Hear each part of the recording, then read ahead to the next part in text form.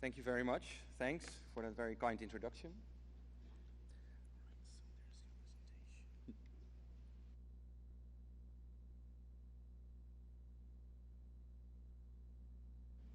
Thanks. Yeah.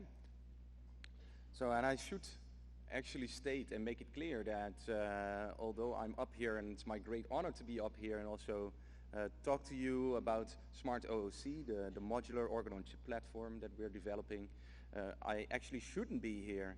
It should have been Professor Jaap den Toonder of the Technical University Eindhoven in the Netherlands. Unfortunately, last minute, he could not be here, and that means that I get to present on his behalf.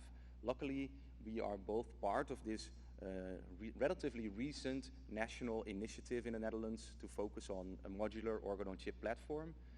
Jaap is the full project coordinator, and I'm involved in two of the work packages in this project. So it is my great pleasure to then introduce a bit to you, like, what is this project, why are we developing a modular platform, what do we mean if we talk about a modular organ-on-chip platform, and why would we even develop something like this? As people are still entering, and also, you know, we are just returning from lunch, I think it's good to ease you into it. And I should stress that actually this whole slide set is compiled also by Professor den Toonder. So any errors, you know, yeah, you can blame me, but I will just forward them to Professor den Toonder.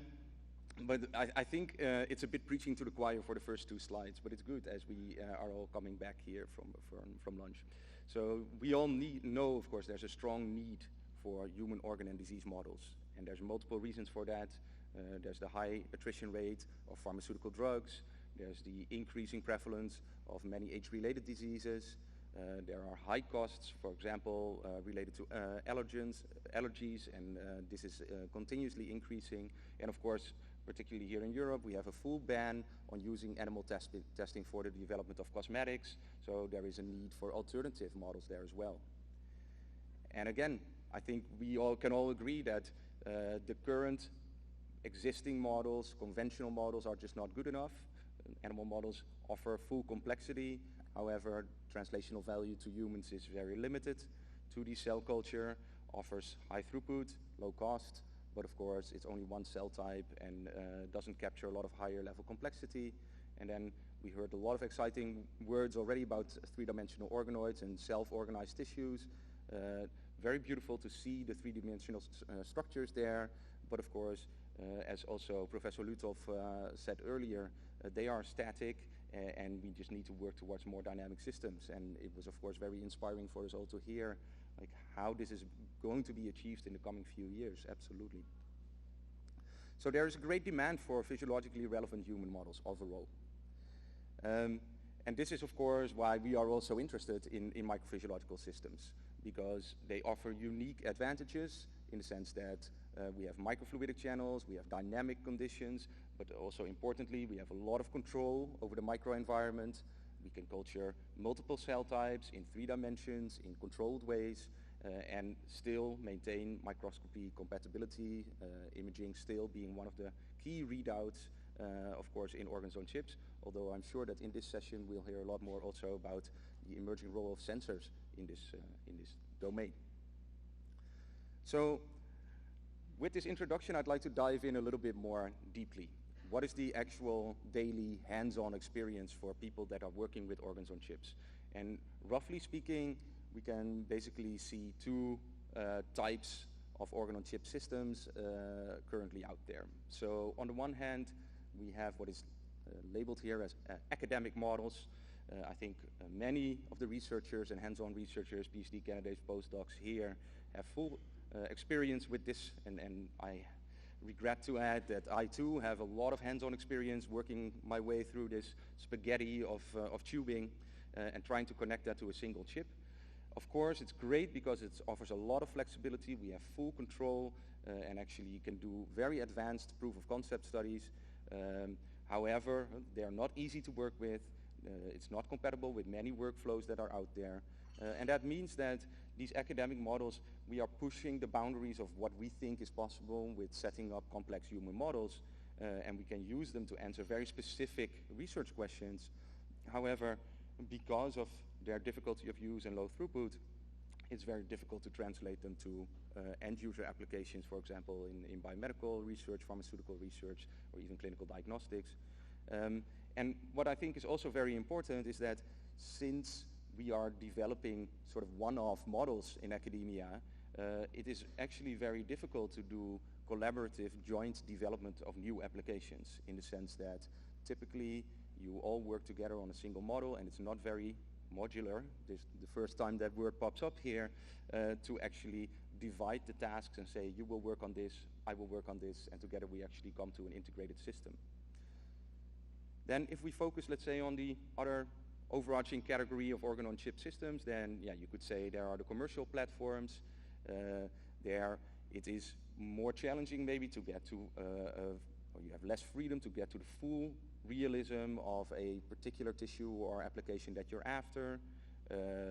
However, the commercial platforms, as we see here also in the exhibition, they are clearly a lot easier to use. They are designed to be compatible with workflows and typically already are of increased throughput.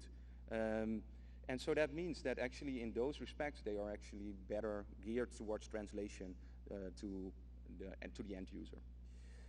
However, the difficulty here too is, if we look at all these platforms that we see out here in the exhibition hall, is that there too, taking a chip from one of these companies and linking it to a module from some other company, or clicking it into the system of the third company, it is just not possible. And so we are not doing any joint development of new applications, and there is no crosstalk between these different platforms that we see out there. And this is, I think, one of the major challenges currently in the field, and this is also the main motivation of why in the Netherlands we focused on getting a project funded to work more towards open platforms in organ-on-chip. So this is what basically, I would like to maybe explain a little bit more in detail. We are interested with this consortium that I will introduce in a minute in developing standardized open platforms. So that means that open means open in the sense of being very inclusive for participation of multiple people to actually develop components for a certain platform.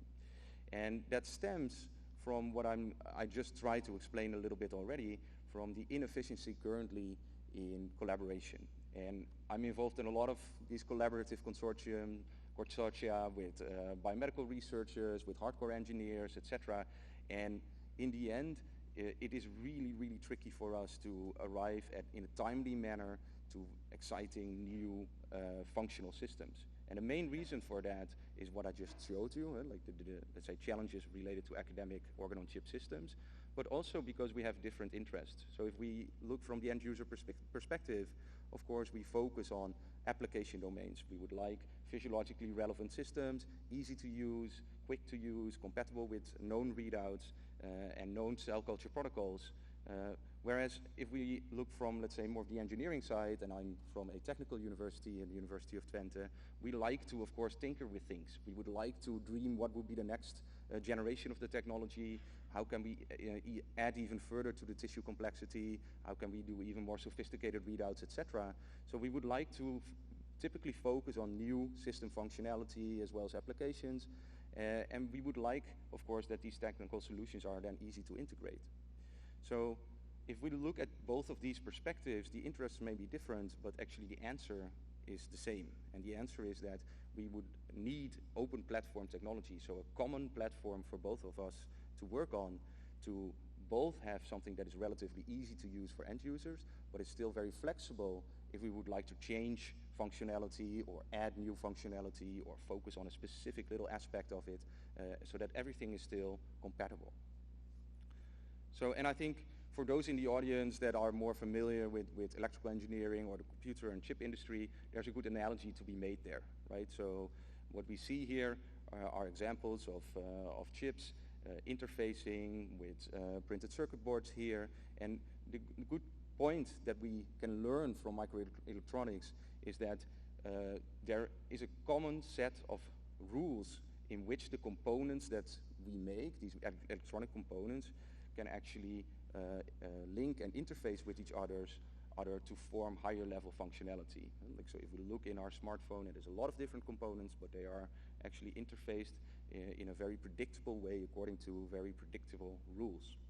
And this is something, of course, that in the end promotes further specialization of particular developers to just focus on one specific aspect or component and then try and integrate that. And there is, of course, already, like, if I talk about it like this, a very clear role here for standards. If we want a platform that is inclusive and that is open, it should be actually based on interfacing rules and other rules that are openly available and that are standardized. And, well, I'm very happy for Professor D'Antona for including this slide here, obviously for obvious reasons.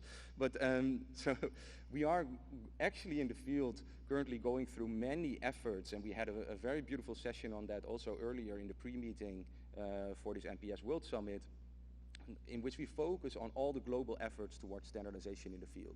And it's clear there's a lot of momentum there. If you are more interested in also actively contributing to the development of standards, please reach out to me. Also, my colleagues here from the Dutch Institute of Standards are also still here in the audience.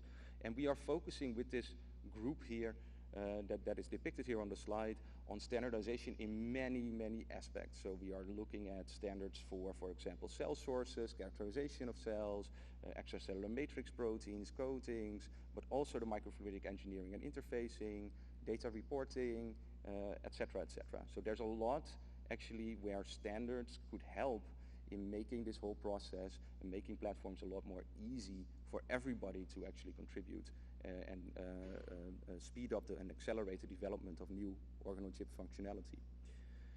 And for the talk of today and also for the project that I'm going to introduce to you, we focused a lot on particularly the standards in engineering. So there are standard ways in which multiple modules can interface with each other. These are ISO standards, so they are publicly available, they are out there, and they were also introduced to maybe many of you in the educational workshop earlier this week or in this meeting, where actually it's relatively simple to make your components like a chip compatible with a platform, so you can click them in there and have them interface with other devices. And that may sound a bit abstract to you now, but I'll introduce it in the coming slides. So it's good to stress that actually there's multiple of these initiatives of going towards the development of platforms. And I, in this talk, will focus on the left-hand side, the initiative in the context of Smart OOC, as the title suggested.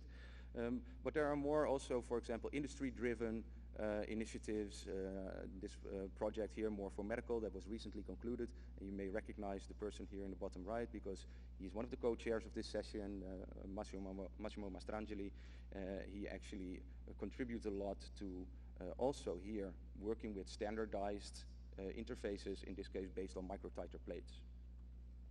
So I will introduce now a little bit more, let's say, the modularity, the modular platform that we are developing in Smart OOC, because I think this is also the unique aspect if we compare the two approaches that are depicted here on the slide, is that we focus a lot on flexibility and modularity, whereas in More for Medical the focus was also on actually trying to work towards integrated solutions.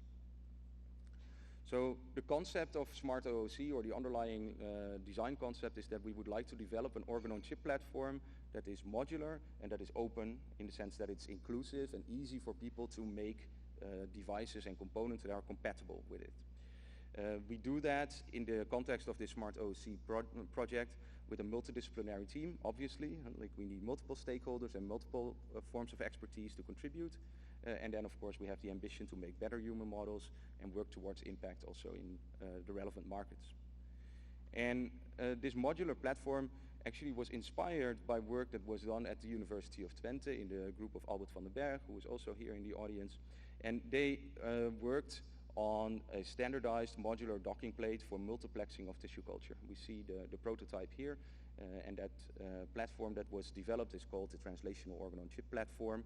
But basically what we see here in this slide is something with the footprint of a microtiter plate.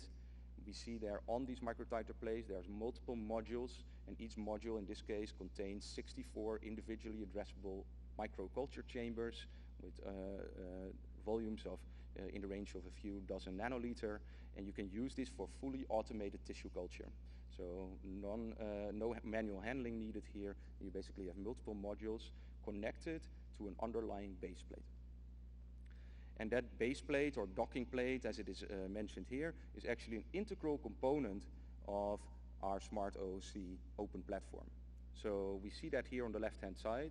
The docking plate is actually something with the exact footprint of a microtiter plate or a microwell plate. And there's a lot of fluidic networks, fluidic routing that is embedded inside of this plate. And then there's interfaces and inlets and outlets on specific places so that you can actually take modules and interface with this fluidic circuit board, but also have the modules that you connect to the fluidic circuit board or to this docking plate interface with each other. So in our project, we are focusing on innovating this concept of the docking plate, for example, by also adding electronic functionality. We are innovating in terms of development of technical chips and modules. I'll just very briefly touch on this. Tissue chips, so chips that actually have human cell culture in there, as well as focusing on some of the readouts and monitoring. So I think the important idea here is that if we try and combine all of these modules that I just introduced, we are a lot more flexible in working in parallel, developing modules in parallel, and finally integrating them via standardized rules. And that also extends beyond this consortium that I will talk about. Like, it also means that any one of you, if you are currently working with an organon chip that resembled the one that I showed in the academic slide, like with all this tubing coming out, maybe with some minor modifications, you could actually turn it into a module that is compatible with this modular platform. And that, of course, would be of great benefit not only to us, like as the platform developers, but particularly to you, because it allows you to then interface and build on a lot of the developments that have already taken place. So just very briefly, so a lot of the Smart OOC team is actually here. So in work package 1, we see there Albert van den Berg and Professor Mathieu Oudijk from his group, as well as Anirudh Paul. He's in the audience here today, but also was part of the educational workshops. He's sitting in the back there. I see them waving. And actually, other people sitting next to Anirudh are all part of work package 7, the work package that I coordinate. So that's Eric Savai and Josh Loosberg-Saal there. So we are focusing a lot actually on trying to be inclusive in this platform development. So this open component of trying to make as many modules and functions compatible with the platform, this is actually our job. Then Professor D'Entonder and also the co-chair here, Massimo Mastrangeli, they are focusing on development of technical modules, and also JJ Ye, she's here also and is presenting a poster. And we have a lot more of these packages then also related to, I saw Sue Gibbs here, for example, related to development of tissue chip modules. So very interdisciplinary team, as you can see here, like with engineering expertise as well as biological expertise. But what binds us is the development of this open platform. And I think it's also important that there's a lot of companies and other stakeholders that are already involved directly in the development of this platform. So this is not a full academic exercise. It is something that is sponsored by the Dutch government, but actually there's a lot of in-kind and in-cash contributions from these types of stakeholders, from the commercial and societal parties. And I think that's really important, of course, that we would like to make sure that we're on the right track, on the right course, and we do remain on that right course in developing such an open platform. So the project has only recently started. I think we're almost a year in now, but it's good, I think, to just give you already a little bit of a flavor of what the first iterations of this platform look like, what the first preliminary results look like. So here's an example that was generated by postdocs and PhD candidates in the various labs of TU Eindhoven, University of Twente, and TU Delft. And they basically showed that you can use such a docking plate that we see here outlined with fluidic routing inside of this docking plate to connect multiple units. And in this case, that was a blood vessel chip that was developed in the TU Eindhoven, connected to a pH sensor chip that was developed at the TU Delft. And they were completely independently developed, and the only thing that they adhered to were some standards in terms of footprint as well as inlet and outlet positioning, and that's all. So, and then the actual platform, as you see here, we basically have liquid coming in on the left-hand side here. So this is with an external pump. We're also working on integrated pumping modules. Then we basically see this blue flow going in the top left, going through a number of what we call dummy chips here. So there's still room for additional modules. The flow makes its way through the fluidic circuit board, through this docking plate, into module, in this case into the blood vessel module, and then eventually will enter the pH sensor on the bottom right, and then find its exit via the tubing on the side of the docking plate again. So I'll just give you a bit more information also on these individual modules that you just saw. So I think particularly the blood vessel on chip is a very exciting module that is developed in Professor Dentonder's lab by Andreas Pollet that we see here in the bottom right. And he uses 3D printing of sugar to actually make very organic looking three-dimensional networks. Then he does a brief amount of coating of that sugar network to make sure that it doesn't dissolve very quickly, and then basically casts this into hydrogels and then slowly dissolves the sugar and flushes it out, and you are actually left with a three-dimensional vascular network inside the hydrogel.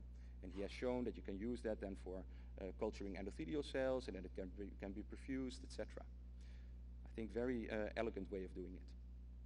Also for the pH sensing chip, it's more based on wafer scale production, because this is also the strength in the lab of Massimo Mastrangeli and Lina Saro, the professor there.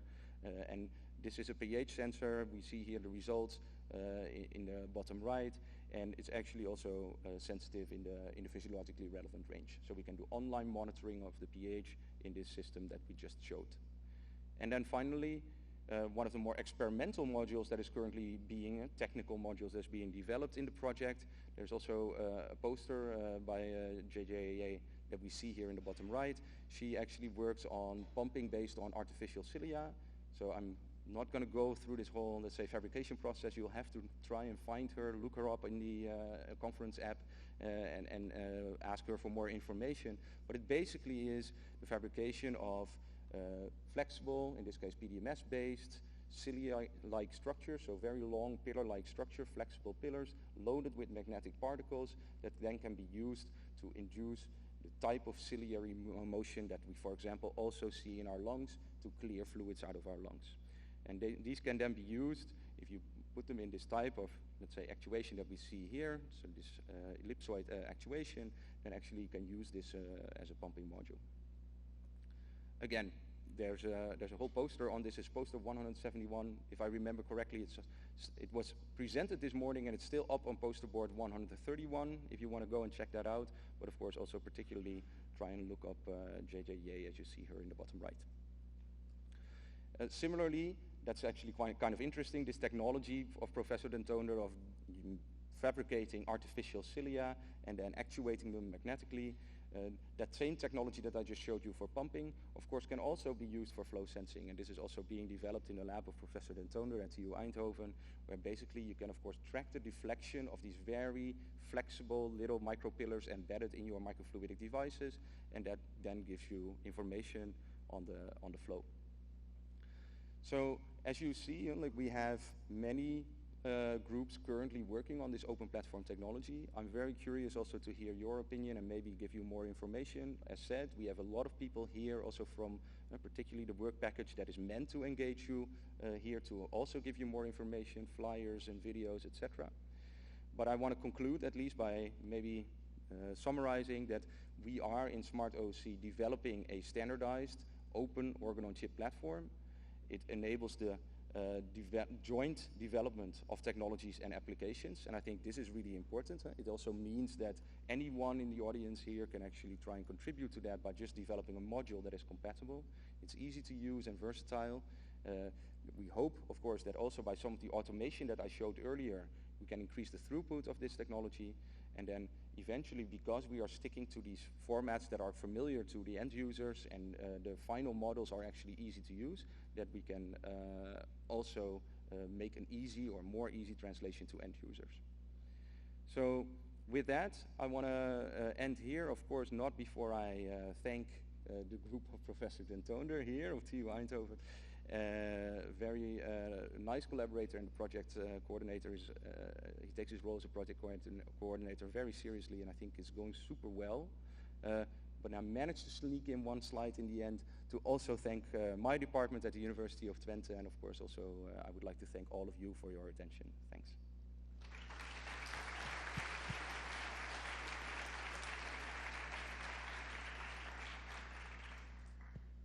All right, so the floor is open for questions.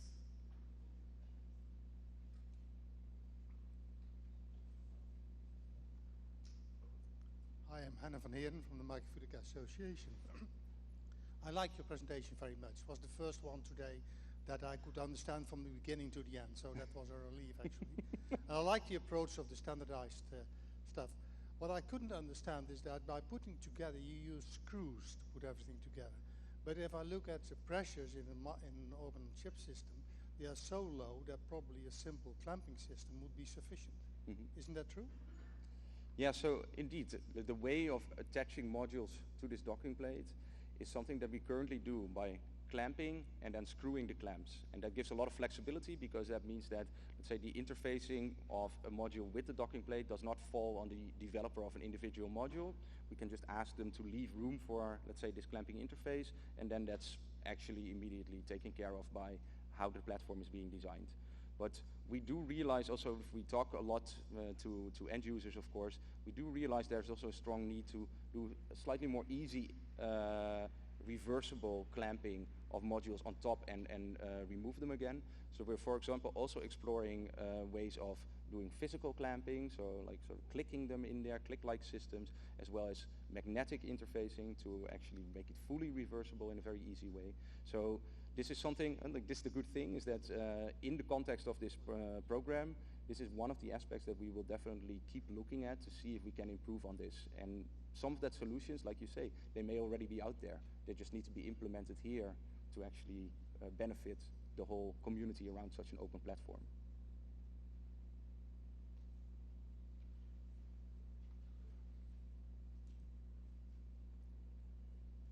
Your standardized system will hopefully decrease variability and make it easier to do your experiments, because we'll build off of what has already been done. Will it be standardized with the pumping system and the incubator and the analysis, and who gets to decide who is the person that supplies the pumps and the incubators? Who gets to decide the winners? Yeah, that's a great question, of course, and because the whole point of being an open platform means that nobody should get to decide, what is the pump for such a platform, etc., and what is the incubator for this platform. At the same time, as you see also in the project, we have our ambitions of working towards actually fully functional organ-on-chip systems. So in the context of this Smart OOC project, we as a consortium will make some decisions of what we call internally in the consortium of starter kits that we are going to distribute amongst these members of the consortium here to show that we can actually offer the functionality that I keep promising but not showing yet. And for this, of course, we will have to make some decisions. What modules will be used? What pumping modules will be used? And that's okay. If those modules also, they can be proprietary, as long as they adhere to the standardized interfacing rules, it's good. It also means that if there's someone out there who says they have a superior pump, or they have a pump that is actually better for a certain pumping range, and it could be substituted in, then that's totally fine, right? Because then any future application builder could actually just remove our starter kit pump and say, okay, I'm just going to go and replace that. All right, so with this, thank you so much, Andries. For any other questions? Yeah.